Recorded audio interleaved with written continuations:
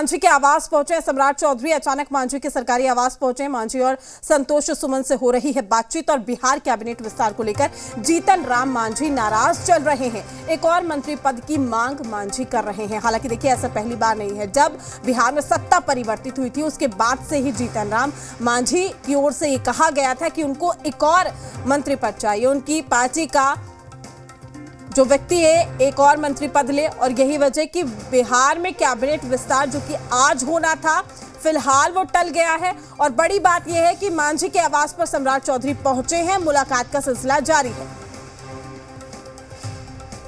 तमाम जानकारी के साथ हमारे संवाददाता निषेध हमारे साथ जुड़ चुके हैं। निषेध, क्या कुछ जानकारी? मुलाकात फिलहाल हो रही है जीतन राम मांझी के आवास पर।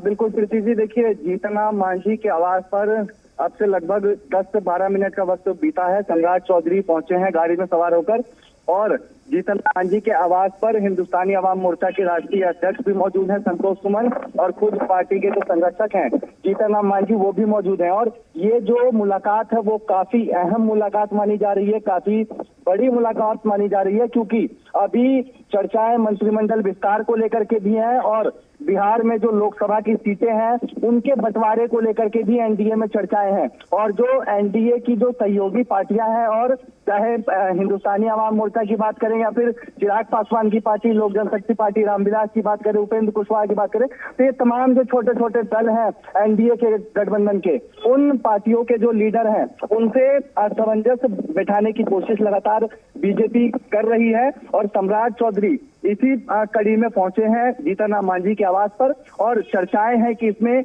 लोकसभा की सीटों को लेकर के भी चर्चाएं होंगी। इसके साथ ही जीतन राम मांझी जो एक और मंत्री पद की डिमांड कर रहे हैं कि एक और उनको मंत्री चाहिए, 2 मंत्री पद की वो शुरू से ही डिमांड कर रहे थे, तो एक तो मिल गया, एक और मंत्री पद की वो डिमांड कर रहे हैं, तो उसको लेकर के भी। और देखिए, कई बार जीतन राम मांझी की ओर से ये स्टेटमेंट भी आया है कि उन्होंने वादा निभाया है, और ऐसे में वो यही चाहते हैं कि उनकी पार्टी से एक और जो मंत्री है वो बने।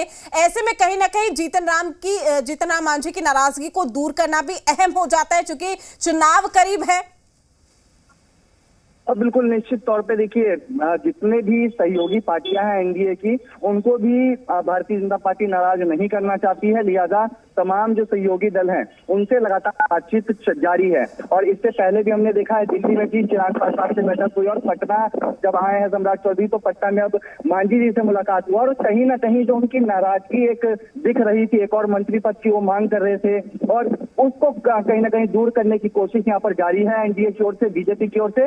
इसके अलावा आज जो जीतन राम मांझी की पार्टी की ओर से कहा जा रहा था कि 6 से 7 लोकसभा सीटों पर उनकी तैयारी है, जिसमें से 5 ऐसी सीटें हैं जहां पर पूरी तरीके से पार्टी तैयार है चुनाव लड़ने के लिए। तो 5 सीटों पर यह दावा भी हिंदुस्तानी अवाम मोर्चा की ओर से किया जा रहा था, तो उन सब चीजों पर भी चर्चाएं होंगी, जिसमें 2 सीटें ऐसी हैं, गया और औरंगाबाद, जिनपे पार्टी चाहती है कि पहले भी चुनाव लड़ी है और इस बार भी चुनाव लड़े।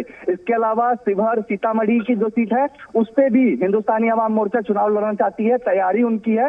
और कहीं ना कहीं इन तमाम चीजों को लेकर के अब सम्राट चौधरी की मुलाकात हो रही है, और बातचीत की जा रही है कि आखिर क्या कुछ रास्ता निकाला जाता है, कैसे सीटों का बंटवारा होता है। लेकिन देखिए, कहीं ना कहीं विपक्षियों को ये एक मुद्दा मिल गया है। इससे पहले पशुपति पारस की मैं बात करूं, चिराग पासवान की बात करूं, उसमें भी आपने देखा किस तरीके से सीटों को लेकर कहीं ना कहीं जो नाराजगी की खबरें वो निकलकर सामने आ रही थी। अब जीतन राम मांझी को लेकर ये खबर निकलकर सामने आ रही है। कैबिनेट का विस्तार एक तरफ रुक गया है, तो ऐसे में बैठे बैठाए विपक्ष को भी एक कड़ा मुद्दा मिल चुका है।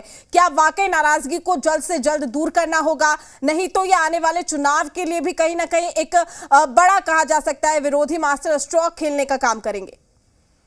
बिल्कुल प्रीति जी, निश्चित तौर पे जो भी नाराजगी है उसको दूर किया जाएगा, और करने की लगातार कोशिश जो कवायद है वो भारतीय जनता पार्टी की ओर से किया जा रहा है। और अगर इस तरीके से सामंजस्य नहीं बैठता है तो निश्चित तौर पे विपक्ष को भी एक मुद्दा मिल जाएगा कि आखिर एनडीए में सामंजस्य नहीं बैठ रहा है, क्योंकि कल तक यही एनडीए थी जो विपक्ष पर सवाल उठा रही थी कि उनकी सीट शेयरिंग नहीं हो पा रहा है, ठीक से गठबंधन में सब कुछ ठीक उधर नहीं है महागठबंधन में, ये एनडीए की ओर से दावा किया जा रहा था। लेकिन अब अगर एनडीए में जो छोटे सहयोगी पार्टियां हैं चाहे कुशवाहा जी की बात करें या फिर मांझी जी की या फिर चिराग पासवान, जैसे पशुपति पारस और चिराग पासवान के बीच में भी सीट को लेकर के हो रहा था, तो उन सब चीजों को भी बीजेपी ने सुलझाने की कोशिश की। तो बीजेपी की कोशिश है कि जो भी उनके सहयोगी दल हैं, जो नाराज हैं, जो सीटें अपने मन मुताबिक मांग रहे हैं, तो उन सब चीजों को स्पष्ट करे, बैठकर बातचीत किया जाए और जो उनकी नाराजगी है और जल्द ही उनको तस्वीरें साफ होने की भी जरूरत है। निश्चित, आपका शुक्रिया तमाम जानकारी साझा करने के लिए। अपडेट हम आपसे लेते रहेंगे।